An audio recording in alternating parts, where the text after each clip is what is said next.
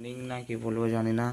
এখন বাজে 2:28। তো আমি যাচ্ছি যে তারাপীঠ।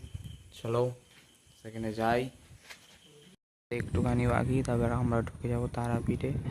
তো এখন আমরা আছি একটা জায়গায়। তো চলো গাইস, যা হোক টিফিন ফিট করা হবে, তারপরে যা গাইস চলো।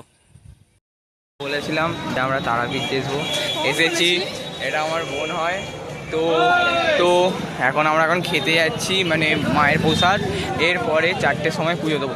চলো গাইস এখন যাই, খেয়ে আসি, যখন পুজো দিতে যাব তখন আবার বেরোবো।